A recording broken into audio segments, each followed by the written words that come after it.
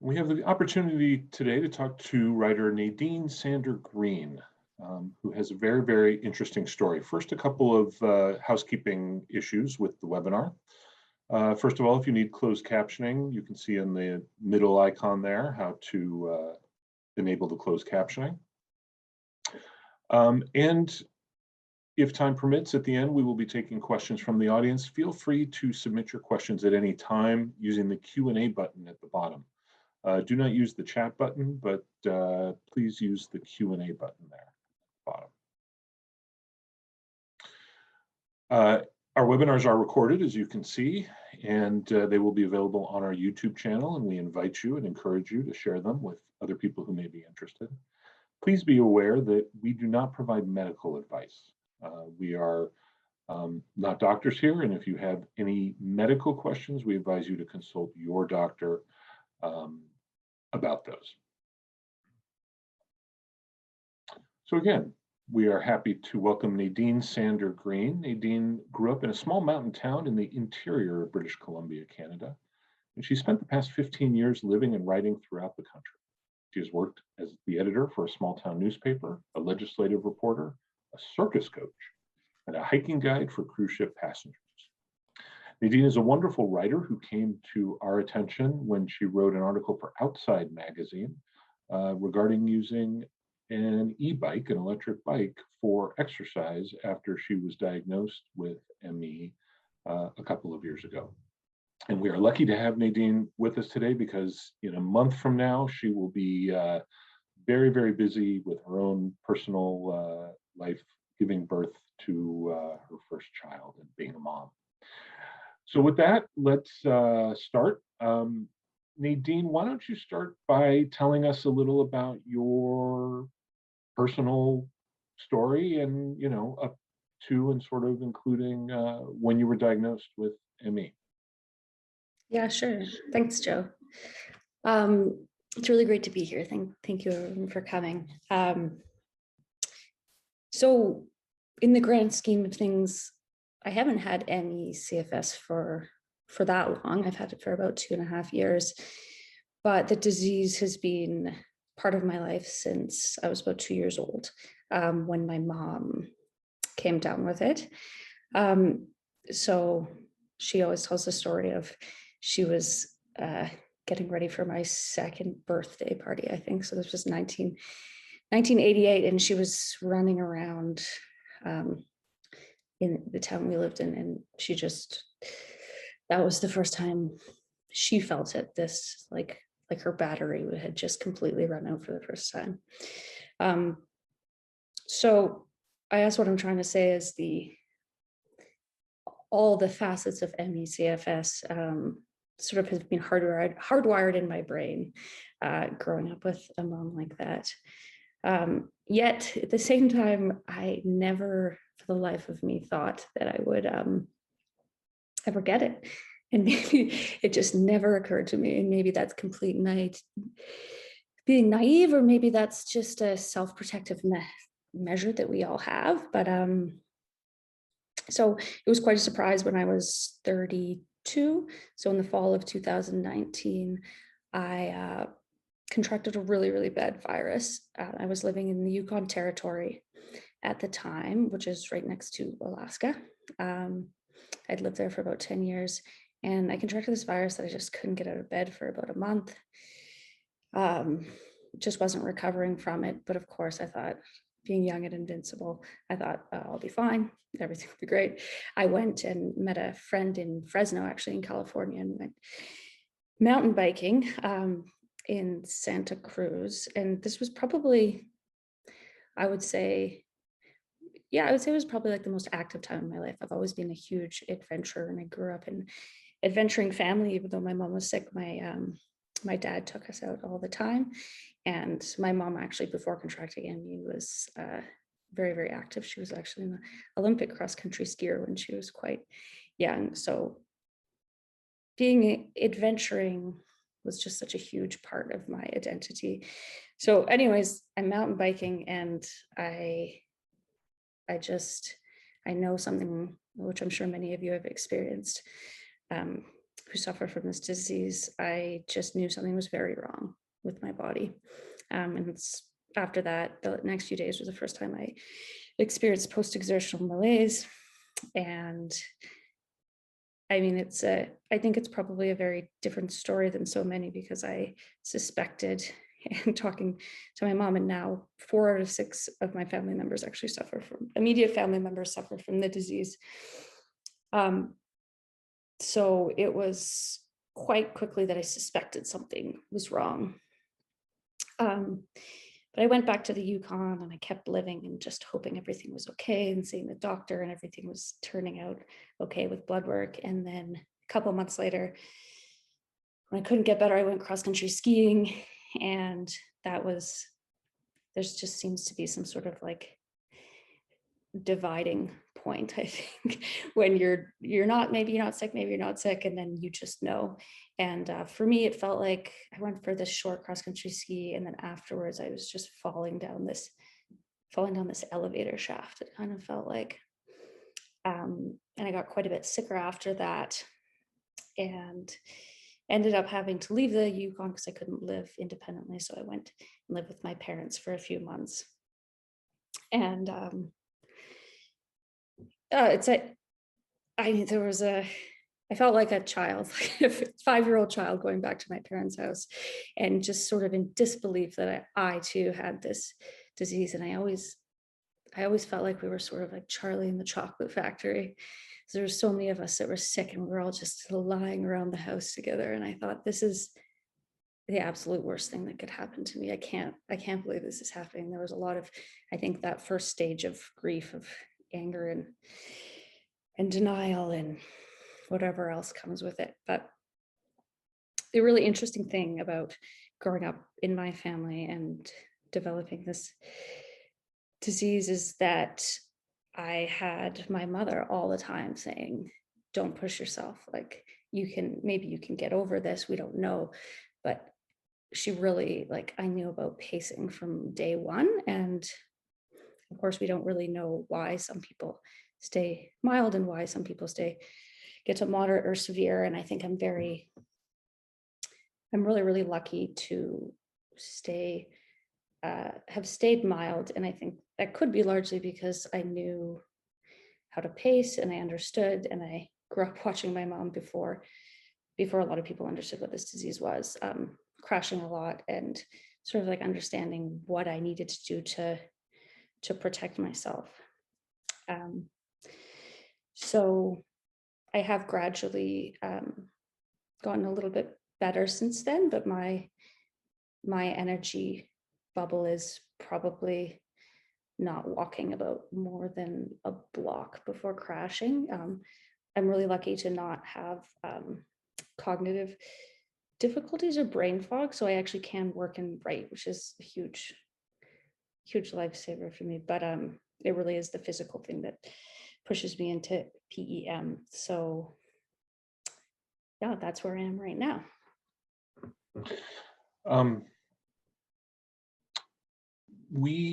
You have an outlet though, right? You've got this, your writing where you can talk about it. I'd like for you to tell us a little bit about, the article in Outside Magazine. Sure. I think that's what brought you to our attention, and sort of what you were trying to accomplish from that, and what you want to help people know about the disease. Yeah, for sure. So the article in Outside, I wanted to write that kind of twofold. I wanted to show people, and I use the word grief a lot because I really think that the losses that we feel from this disease is really, it's grief. It's huge. We suffer such huge losses. So I wanted to show people who, especially that really like active outdoors community, what it's like to lose all that, to lose so much of it. Because I think one of my biggest, I can't really call it a regret, but when you can't do what you used to be able to do before, you really want other people to know what they have and how lucky they are. And, I'm sure so many people can relate to just, like watching people walk by on the street or doing their daily activities and knowing that they have, no idea how lucky they are. So I think that was like one of the reasons I wanted to share that, because that was me before, like going on these canoe trips and bike trips and just taking it so much for granted.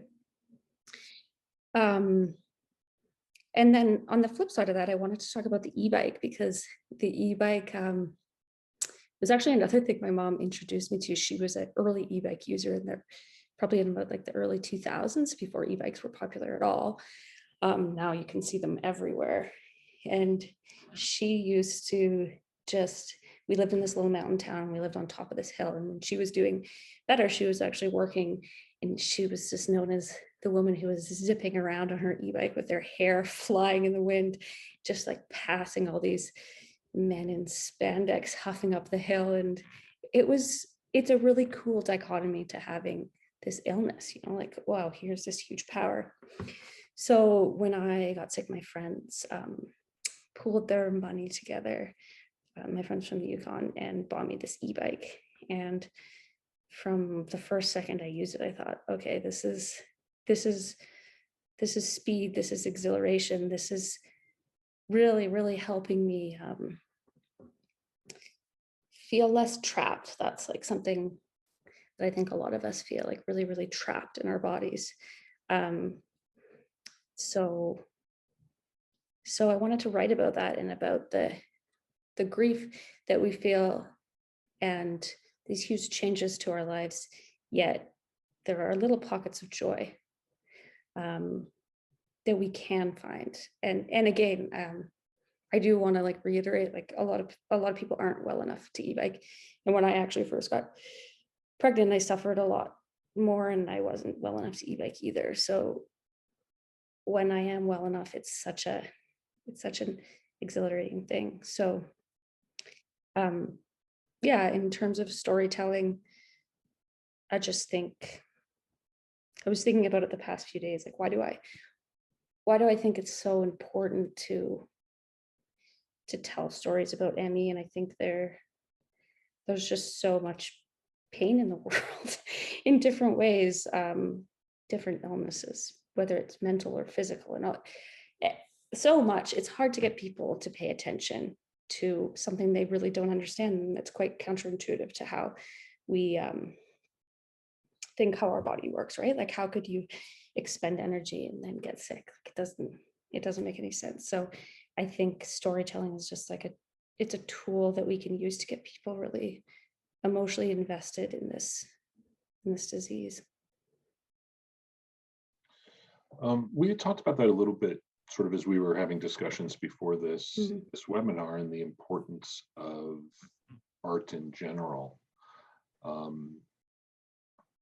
If you can talk about that a little bit, again, just sort of generally how art can help us work through our own pain and frustration, or whatever other emotions, obviously, that we're feeling, how it helps sort of tell a story. And then you've actually incorporated ME into the book that you're writing, that's coming out next year, correct? You've got a character Yeah. with ME. Maybe talk about that too, and that decision, and what you hope to accomplish with that character. Yeah, for sure. I'll try to answer the first question. I don't even know if the word cathartic like quite encapsulates what creating art about your experience with this disease is. I think it's more than that. I think like cathartic might almost be too easy of a word. I think whenever I sit down to write something about this disease, it's a lot harder than I thought. And I think that's because it's really, we just got to get through every day. You got to get, some days are good, some days are bad, and you just got to get through it. And when you're creating art, you're looking at exactly what your situation is and where you fit it into the world. And I think that can be really hard, but I think that can be really good for you as well, to sort of position yourself and just try to figure out what you really think of your situation. Um, and it can be so helpful to share with others. I think it's sort of threefold. Like it's just cathartic, I'll just say that word again, experience for yourself. And then if you decide to share your art, there's sharing it with the ME community, which I think can make all of us feel a lot less lonely. I wrote an article for the Canadian newspaper, the Globe and Mail, about long COVID and ME about a year and a half ago, and the similarities between them. And I remember I wrote one line about like my mom, her sort of ability level is to like sit on a stool while cooking an egg. That's what she can do to cook.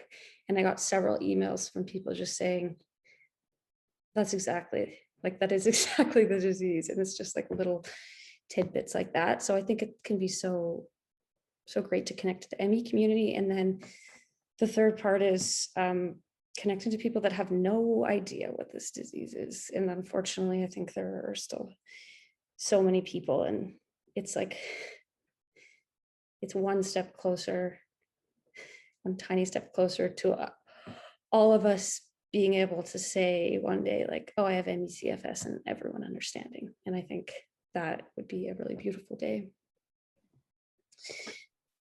Speaking of helping with the understanding of it, what is there something or several things that you want people to know about what it is to have this disease, people who don't have it, or maybe for people who are trying to explain it to somebody who doesn't understand? What do you want people to understand about the disease? I think that answer is kind of twofold. I mean, I want people to understand the actual mechanics of it, that whether it's like physical or cognitive energy expenditure, that's what causes a relapse of symptoms or an increase of symptoms. And that when you see someone with ME/CFS out, they're probably having one of their better days. And that's it's a really, I think I just want people to understand the mechanics of what's actually happening, the scale of severity of it. And I think it's important for people to understand the history of it too, and how so many people have been ignored and gaslit. And so many of us still go to the doctor and have to really prepare what we're going to say, and say it in such a careful way, and that sort of thing. I think people who don't have ME having a tidbit of that understanding would really help. We have a question from the audience that sort of goes with another question that I Sure. wanted to ask. And the question is from someone who had a similar experience to your mother. She got ill when her son was about the age that you were when your mom got sick. Mm-hmm. And they wanted to know a little bit more about your experience of growing up with a mom with ME, and maybe how it affected you, maybe emotionally, what you maybe needed from your parents to cope. Were there other people maybe you were able to turn to help cope with it? And then also, as we have said, you are expecting your first child in a month, and knowing that there's a family history of the disease, and that you have it yourself, maybe how that affects your views of being a parent, which you want to be able to provide for your child, etc. I'm going to leave it a little open like that. Yeah, for sure. Kind of let you roll with it. Okay. It's a very good question. And I think it's this great unknown of people who grow up with sick parents. Nobody really knows what that experience is. And of course, it differs obviously from illness to illness. But so I grew up with 4 siblings, and my mom and my dad. And I don't remember my mom healthy, although I've seen the pictures and heard the stories. I think that the most powerful thing and the strongest memories that always come back was her physical presence. And that because she was always home and in my early years, often in bed, not so much in my later years, but there was something really, really beautiful about that. Um, there was, she was always there whenever we needed her, which is pretty incredible. So I think when I was younger, it was just totally normal, as because you don't question when you're younger, is my childhood the same as other people's childhoods? And I do remember going to school and tried to explain the disease to people, and just kids being like, well, is she going to die? And then I would say, well, no. And then this sort of like disinterest, or how kids can be kind of cruel, and feeling like our family was sort of shoved off to the side, like, well, nobody knows what this is. Or so that part was a bit hard, but we were really close as a family, and she was always there. And I was, when she was like quite sick and unable to like be with us, I had my siblings, which was really nice. But I think later in life, like, yeah, I've come to realize that I probably had more frustrations with it than I originally thought. And that actually frustrations were sort of just like, wow, this was a different childhood. You had a mom that was not able to provide for you physically and mentally like other parents. And that's where in the book that's coming out next year, the mother character, the main character, grapples with that a lot. I think the frustration of just wanting to be separate from her mother and separate from this family that is so deals with so much heaviness and sickness. So it's about her journey with that. And to answer the second part of the question, yeah, having my own kid, I feel like I'm not the expert to talk about it yet, but I wasn't the person who carefully wrote, a pros and cons list of both for my own health, like, can I raise this baby and this child? And is this child going to get any? I mean, it seems to, there's so many people in my family with ME, like, why to assume that he wouldn't could be a bit naive. But I've always been a very, very maternal person, and I've always really wanted a kid. And when I got pregnant last year, I was really happy. And of course, I have so many fears going, what's labor going to be like? That's people in the prenatal classes, they talk like it's a marathon, and I think, oh my, if I have to run a marathon, like, I'm gonna die. I can't do this. And then from that point on, just parenting. So of course there's so many worries, but I think being able to see that it was possible for my mom, and that we were a close family that was relatively healthy, emotionally healthy, has given me a lot of solace. Now, I believe you said also a couple of your siblings, two of your siblings have CFS as well. Is that correct? Yeah. Has it affected them to the same level as it has affected you or your mother, or are there varying degrees sort of for them? Varying degrees. So it's probably affected my mother the most severely, although she's waxed and waned over the past 33 years. And my older brother, he initially got it when he was 17, I think. And he eventually, like in his 20s, actually got over it as much as you can. And he was back to doing lots of sports and activities. And then in a very weird turn of events, my older sister and my brother and I, in the fall of 2019, we don't know what happened, but that's sort of when when we all went downhill.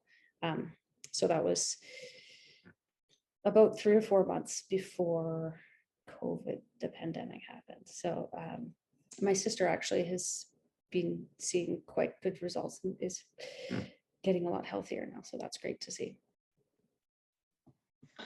I think it's also interesting that, I know that one of the problems that people who are diagnosed with this have is that often, well, before they are diagnosed, when they are feeling sort of this malaise, that often the advice they get is, oh, just go out and exercise, which as if somehow that will solve the problem. And as we know, that often can make it worse.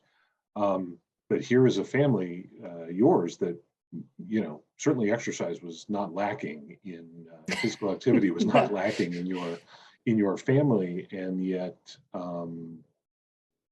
still things happen. I feel like I hope that the people watching this, if somebody says that, will be able to share your story or share this video and be like, look, here's somebody. I mean, you were a hiker, a biker, a runner, you were an outdoorsman, your mother was an Olympic athlete, and yet still this happens. I mean, it's insidious in that way, and it's agnostic as to who it attacks, right? Absolutely, yeah. And I mean, it attacks so many young, really healthy, active people at the peak of their life. And I think people who suffer from it can see so clearly, like, exercise does not help. Exercise makes it worse. And for me, like, having lived with this for 2.5 years, I'm very aware that I'm still in this process of understanding what's happening to my body and accepting it, because sometimes I just can't believe that I can't walk 2 blocks to the corner store. And I completely understand why people would push themselves. And I have, my mother's voice in my head and my whole family's voice in my head saying, don't push yourself. And I know if I walk 2 blocks to the corner store, I'm gonna get a hot temperature dysregulation and not sleep well and all these things. Yet our identities are just like so wrapped up in who we were. It's just, what I'm trying to say is I completely understand why we want to push ourselves. It's normal. I would imagine also, as someone being the athlete that you were very in tune with your body. And here is sort of something from the outside that sort of throws that feeling off a little bit, that you're sort of no longer sure what your body can do at any given time. Is that? Oh, absolutely. I mean, we don't know what's going on in there, and I think it's you, or I think I worked hard for the first 3 decades of my life to develop trust in my body and to push myself physically, to be brave, to see the world and travel and see the land. And it just, you lose that trust so quickly, and suddenly you don't know what you're able to do. And I imagine I'm just at the beginning of my journey, but it's a process of gaining that trust back in a different way. There was a question here from someone about that are there any sort of relatively brief articles that someone can take to a doctor to show them that ME is legit? I don't know if you know of anybody, but what were the conversations with your doctor like? You obviously had a lot of knowledge on this. You had the family history of it. Was it easier to sort of convince your doctor that something was really wrong, or did it take a lot? And what were you able to do to kind of do that? Yeah, I was in an interesting situation because I had my family doctor in the Yukon, who really didn't know much about ME, CFS. So I, told him that I thought that was possibly what's going on, and he rightfully didn't want to jump there right away, which I think is reasonable. So we did all the blood tests and all the everything coming out normal that so many people do. And then when I was unwell enough that I had to go back to my parents' house in BC, in British Columbia, I ended up being under the care of my family doctor from when I was a child, who was also my mom and my brother's doctor. And so she also did some more tests, but in the end, I think it was just written down in my chart that Nadine has ME because it was just so obvious. So I feel like I might not be the most helpful person in that way, just because our family history was so strong. And there was part of me that was like, okay, I should be doing more. I should be trying everything. And there's part of me that still thinks that, but it's also so clear to me that I have this disease that does not have a cure yet. And how do I live the most balanced life and full life with that? You talked about the e-bike as sort of a tool to help you get back outdoors, and in your article, again, you're very clear that it was just sort of even the feeling of being out and about and speed and activity and things like that. Are there other tools, not even necessarily physically, but maybe mentally, intellectually, emotionally, other tools that have helped you along your journey? That's a good question. Reading has helped me a lot, actually. I wasn't ready to read books about illness or accepting life what it is for what it is at the beginning. I was ready to just be really angry. But in the past year or so, reading a book that's really helped me is How to Be Sick by Tony Barnhart, who has had ME for a long time. The book by the Buddhist, I think she's Canadian, Pema Chodron, When Things Fall Apart, which I'm sure a lot of people have read as well. Reading about seeing life clearly for what it is, not for what I want it to be and what it was in the past and what it could be in the future, is on that intellectual level that really helps me. And I think a journey to accepting where my body is. But other like really practical tools that I only got recently was like a disability parking placard for my car. And I think it's also a process of accepting that your body is disabled. And that was hard for me. And now that I have this placard, I feel so much better about feeling comfortable driving to a store, knowing I'll have parking, and that I don't have to do that equation in my head of like, can I walk across this parking lot? Is it going to make me sick tomorrow?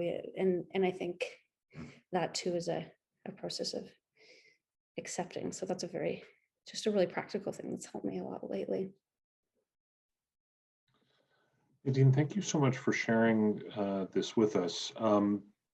We've had a few questions from the audience. I don't know if we have any more. If people do, we still have a little bit of time, so feel free to pop them into the Q&A box.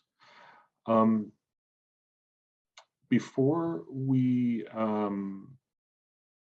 here's somebody else in our chat promoting Tony Bernhardt's books to be able to use that. Before we sort of let everybody know how they can get in touch with you and keep an eye out for your book and things like that, what else, is there anything else you want people to know, to understand? I mean, a lot of our audience here are people who have the disease themselves. I think it's been important for them to understand that they're not alone, and I think you've shown them that. Somebody in our chat mentioned that they too were cross-country skier and a hiker, and all of that. So I think already, at least, there's one person out there that you've reached who knows that they are not alone. And, sometimes it's one at a time. Is there anything else that you want people to sort of know or understand? I think that really is the big one, Joe. This disease can feel so lonely when we're living with the closest people to us, our partners and our friends and our coworkers who, are hopefully trying to understand, but just don't on the level that we want them to, knowing that there's so many of us out there. And yeah, I would really promote anyone who wants to write about it or wants to do whatever art that calls to them. I think the more voices we have out there sharing with the world is a really powerful thing, both for connecting with each other and feeling understood, but even more so connecting with people who have never heard about this disease. And I will just plug in there again that a lot of us probably don't have the energy to do that. And so for those that do, I think it's a great thing to do. Nadine, thank you so much. For our audience, we have put your website and your Twitter handle in our chat box.